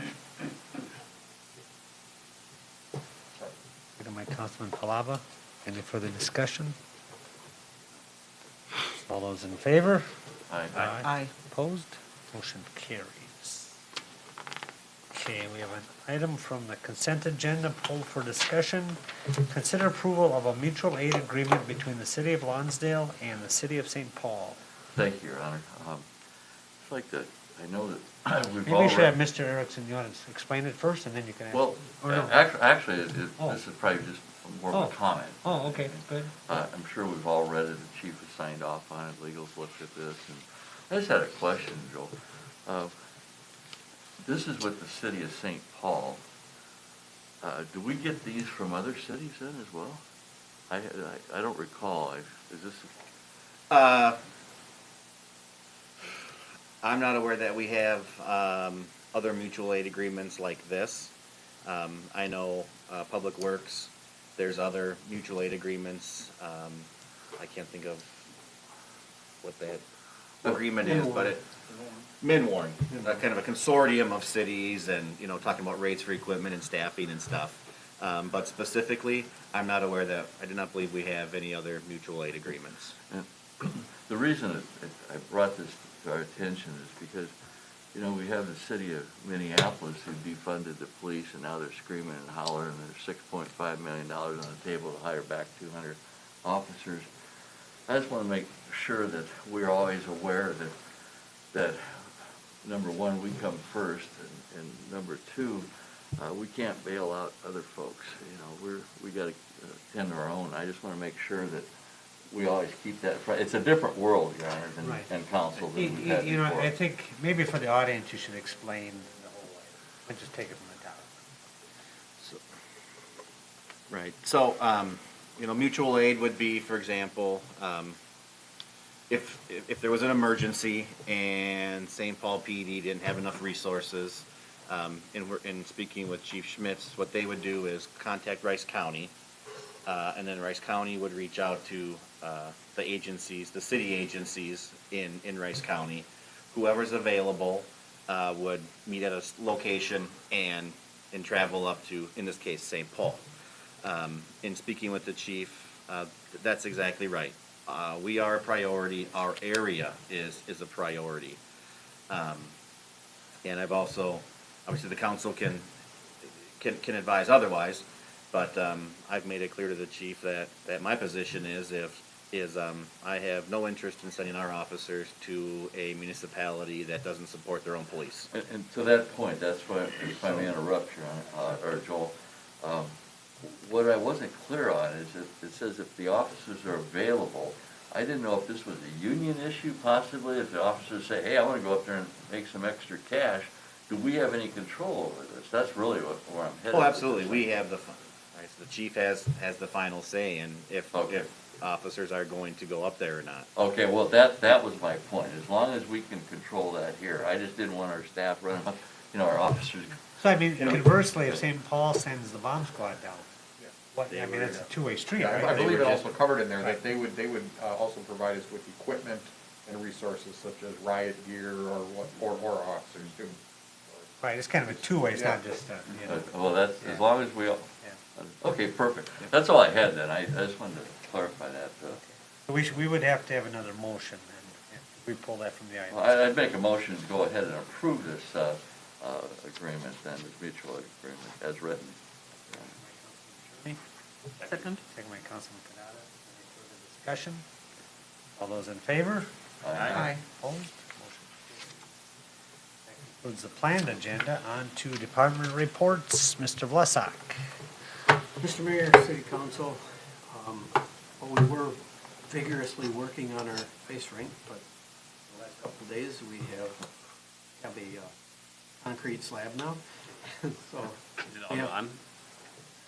one side is pretty Right. much gone, so we'll see what happens here in the next few days. If we're gonna get a cold spell, if it's worth, we'll have to keep eye on weather and see if it's worth trying again to bring it back, but might be the end of the ice season. We started doing data collection for our GIS today. Figuring 2 or 3 days. We're trying to do the southeast section of town to verify our investments of signs, manholes, gate valves, and fire hydrants, making sure they're in the right location, which will feed back to our base map. So we're working on that section, started today, hopefully be done by Tuesday on that. We're renting the equipment from WSB, and then we'll be entering it into the map. Personally, I've been working on the map for the last couple of days, trying to update, make corrections, send some stuff back to WSB so they can enter it into the system. And I got into that now that the weather has warmed up and other things besides snow and other things to worry about. Also, we're working on the sewer repairs, trying to get those figured out for bidding. Street projects, working with John on that to get those out for bidding for this year. Hauling materials already for the drain tile on Willow Creek. So that needs to start and we can get in the ground. All kinds of things moving forward, looking towards spring. Okay, thank you, sir. Thank you for all your work. Mr. Powell. Mayor and City Council members, thank you for approving our proposal. We do very competitive. Not give you any reason to look elsewhere, so we do appreciate that. We'll be moving forward now that the contract's awarded. Sir, Mr. Erickson. Just a few things. Was working with the city engineer on the this year's street project as far as the assessment role. Staff advertisements that have been approved will be advertised for the next 3 weeks. Applications are due March 19th. Working with our liquor store manager on margins. Attended a county COVID meeting. The city planner alluded to Crusader Ridge earlier. Working on getting them towards a preliminary plat. Worked with our Lance Benninghoff, one of the members of our EDA, met with him earlier this week on getting the BR&E moving forward. Met with Chief Schmitz, and we'll be following up with Wold on some proposed cost-saving measures for the proposed the PD. Going forward, we'll be getting out the notices for the delinquent account assessment hearing. Working with Fire Chief Fluke on a couple items. I'll be attending Excel Energy Economic Development meeting, working with APG on our digital marketing, and then this week helped minimally with the 2020 audit field work. So Real quickly, I just want to give Tammy Brokel a shout out. She has been working her butt off, getting all of the documents compiled and coordinating, pulling invoices, things like that. So I know she'll be happy when that portion is done. So shout out to Tammy. Thank you. Thanks for all your work, sir. Mr. Baker. We've been learning our new permit software, iWork, and helping them customize it so it can be used by us and the building official. And that's it. Thanks again for your community development report. Very, very good job. Councilman Cherney. Yes, Your Honor. A few things.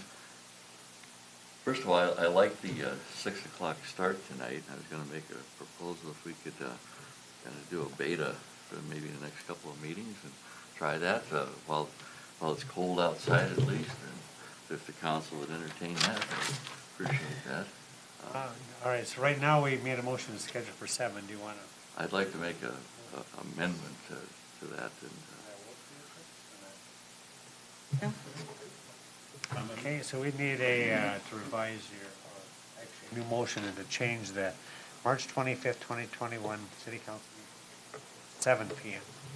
Or 6 p.m. rather. 6 p.m. with a special assessment hearing. A motion by Councilman Cherney. Second. Second by Councilperson Fuhrer. Any further discussion? All those in favor? Aye. Opposed? Motion carried. thank you, Council. I appreciate that.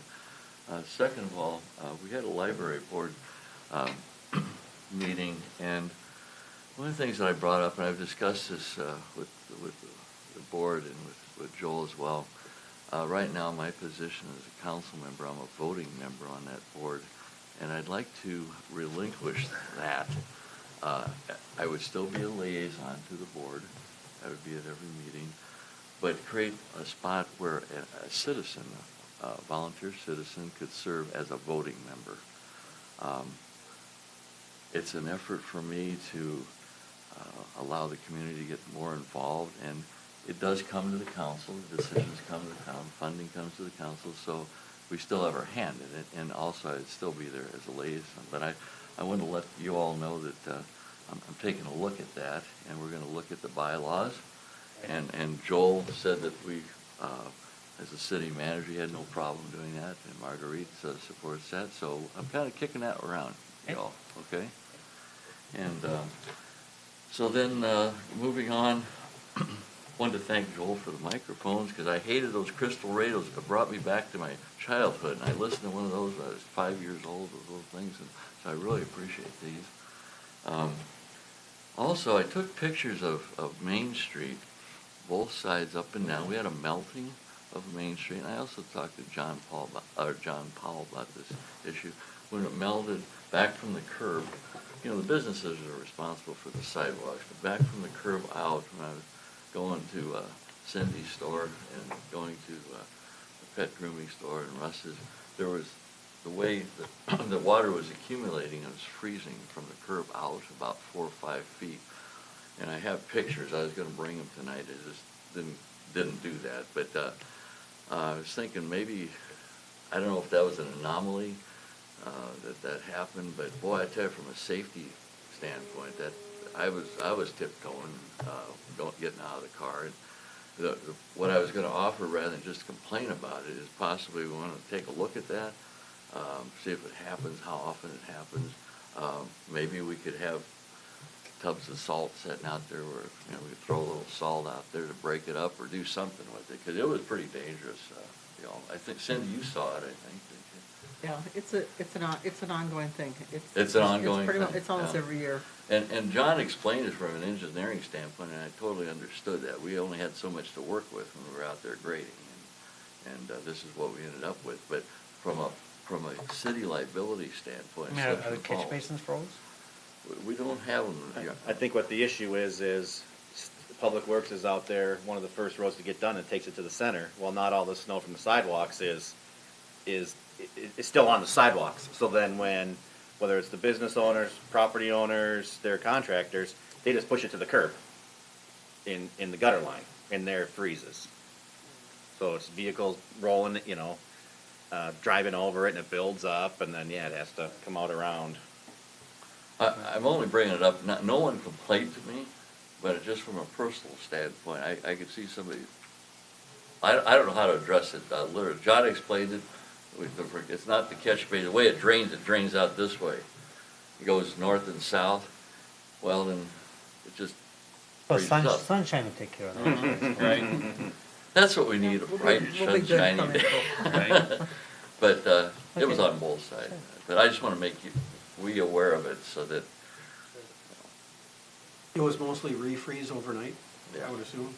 Cindy, can you address it better than I don't know that, it seemed like it was a buildup that was pretty consistent and stayed that way. In fact, Garci at Pet Grooming chopped hers out and had chunks, I'm sure the severe cold snap didn't help Yeah. either, you know. Yeah, that problem. I just wanna make us aware of it, I mean, it's, if somebody's, I don't know what the solution is, but.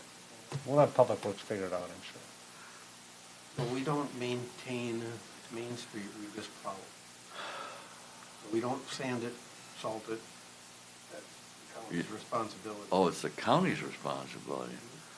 We only plow it for the county. They maintain it with sand and salt. If somebody would slip on that, then, because it's iced up, whose responsibility? It's county sidewalk, it's county road, so I don't know how that plays out. God, I hate to say, okay, but Yeah. I'll rest on this. Maybe we'll bring it up. Joel, what do you think? Kick it up to the county just to let them come down? Should I give you my pictures? We can send them up to them?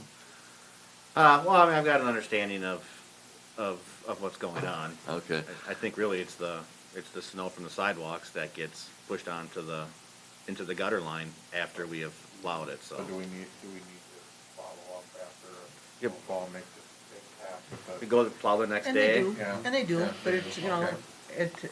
it's that time for, okay, I get to work and I do my sidewalk at 9 o'clock in the morning. They've been in there at 4 o'clock in the morning, Oh, you yeah, know? yeah. So there it is in the gutter, with, you know, and it happens to everyone. Oh, A lot of the problem is too, when we get there to do the removal, There's vehicles there. later in the day, there's vehicles, so whenever we can, we slide in and scoop out what we can, but there's always vehicles. So it's very tough. Yeah. Come back the next day, you try to get it, but it's already packed down because everybody pushed it out and parked it, drove in and out, now and out. Was this our first year with the new Main Street? Is this our first one? This is the second one. Second one. Did we have it, Cindy, last year? I don't recall. It's The kind same of time? always been, It's- a- Yeah, we've Oh, had it's it an in prior always- years. Oh, you have? it's always been an issue. Oh, okay. Especially in front of, say, the hardware store and Vets Memorial. It's really flat. I think Cindy, the other side is It's a better. little bit more, but it's worse Well, on as long as you all Area know in about front it, The chamber as well is pretty flat. I'll be more careful. How's that sound? There we go. Or you have to have long legs to Us old step people will across be that more careful. big That's right. slush pile. Thank you. All right. That's all I had, Your Honor. Councilman Kadada? Monday, we had a planning and zoning meeting, and a couple of things went over. We had nominations of the commission officers. Joe Padada is still the chairman, Dave Webb is the vice chair, and Ben is the secretary. We talked about the things we went over tonight, council meeting. And the next couple council meetings, I would guess, would be the draft of the landscape and turf establishment ordinance and the final grade ordinance. We also had a park board meeting after that. We had Julie Ryan's letter of resignation. We're working on a plaque for the Klitschko Park stating the council members' names and who all were involved in that process. Also went over the parking lot bids and also we have went over the article for the Eagle Scouts that completed their projects for the city of Lawndale. Very, very nice additions to the town again. Yes, we actually plan for the next council meeting. Yes, I think that'd be great. That's all I had. Thank you for all your work, sir. Very good job. Sir. Well, we had our EDA meeting last week, and as we heard this evening from the president Laura Prigge's report. We have a very busy year ahead of us. Thank you. Thank you for all your work, ma'am. Thank you. Councilman Palava? You know, touched on the DDA. Also, we did look at the digital marketing, going to a different company, just for a little bit, see what they can do a little bit differently, similar to what we had. So all those ads will be online, and worked on trying to do a collaboration with the Old Town Lonsdale Group, which is the Main Street businesses, in conjunction with the chamber, in conjunction with the EDA. So that was a report for the discussion. Nice. Thank you for all your work, sir. A couple things, as I'm sure you've probably seen the State of the City report with a lot of data in it, so thank you to all the department heads and staff and that together. Today was the annual chamber event where we had the kind of the State of the City and a lot of attendees. You know, I don't know if we give Shawn and the Lonsdale Chamber of Commerce enough credit, but she does a really good job. And you know, I gave her some accolades today, and you know, and not everybody caught a lot of the stuff she did during the COVID there with the websites and the links and all that kind of stuff, and just assisting business in town, whether it's downtown or the new business. But just want to give her a big thank you and thanks for attending the event today. It was kind of interesting too. Steel Waseca was there. They were actually the sponsor of the event, and they had the electric car. They seemed pretty confident that that's going to be the wave of the future in this country. And I kind of asked them about you know, about charging stations, because I think New Prague is putting some in, I think. And you know, I think they would be up for something like that. You know, what I've found in some of the cities that I've seen is it seems to be advantageous for a business. You can put your charging station by your restaurant or tavern or whatever. I kind of brought that up today. You know, maybe you consider maybe Mac and Tunes as a prime candidate, or Smoke or Whistle Stop or wherever, maybe all of them. But like I say, that might be a business asset. To touch on that, I have a little bit of background on it. Oh, okay. Things that they don't have, no one has decided on yet. There's no standardization amongst manufacturers. It's not like a gas pump that you can put into one part of it. Tesla has their own charging ports. Everybody has their own plugs. Oh my gosh. So there's no standardization, so that's going to be an issue. Oh my gosh. The infrastructure, you know, is going to be a problem. It's like when, you know, Mac and Tunes has got 2 diesel pumps, and when the gas cars are sitting there, you have an issue. So if you have 3 Teslas and you only have 2 Tesla chargers, you're put in a bad spot. Yeah. So that's where interesting. I didn't know where that. the industry is lacking, and that's where some of the challenges with the electricity with the electric cars is going to be. Well, they sure seem like that's going to be the deal. Yeah. You know. Yeah. They said we were going to have them mainstream by now. But yes, definitely there. I do agree, but that's one of those challenges why a lot of people haven't run out to do it. Is you know, Tesla chargers are going to be different than Toyota and BMW, so they're not. Interesting. They all charge at different rates at different connectors, and it's not like you can just plug an adapter in like an RV. Right. Lots of science behind it. When we get that fire call, I'm going the other way. Yeah. Was it It's gonna be just today, or was it yesterday? Hyundai electric SUVs, they issued a national recall on. Really? Yeah. Anyway, that's it. Interesting. No, that was good. No, I appreciate the information. You know, it's very good. And then just lastly, actually was contacted by another potential buyer of a lot that they wanted to meet next week with staff here. I think he was thinking maybe 70,000 square foot building. So hopefully some of this comes to fruition and we can get that business park rolling again. And as we talked at the meeting, the building in our town at our size makes a huge impact for the taxes and employment. Hopefully we can get that going also. You know, Your Honor, if I may, it reminds me of when Laura was giving her presentation, and she said we retain Cineron. Is that how you pronounce Cineron? Cineron. And I thought we were going to market up there ourselves, and because we were. I think that was the review for 2020. That at that. Correct. That was the review from 2020. Oh, from 2020, but going forward, we're going to. Do we have Sarah on board with us or not? We are currently under contract with them. Okay. I'd have to look to see what the renewal date is. Because we talked about not having them, because it seems like we're the ones marketing, we're bringing people, you're bringing people to town, Your Honor, and Yeah, and then we pay them. Yeah, that's right. That's right, you're right. So, So, maybe when you have that discussion at EDA, maybe you have that discussion about if we find the client, if they'll, waive the fees or discount. They are reduced. Oh, okay. okay, I don't remember what the amount is, but they are less than if they were involved. okay, well, all right. Who uttered finder's fee earlier in the meeting? The tide is turned. Got that. So we'll end on that happy note. Yes. We adjourn. Motion So by moved. Councilman Kadada, second by Councilman Cherney to adjourn this meeting. Any further discussion? All those in favor? Aye. Opposed? Motion carries.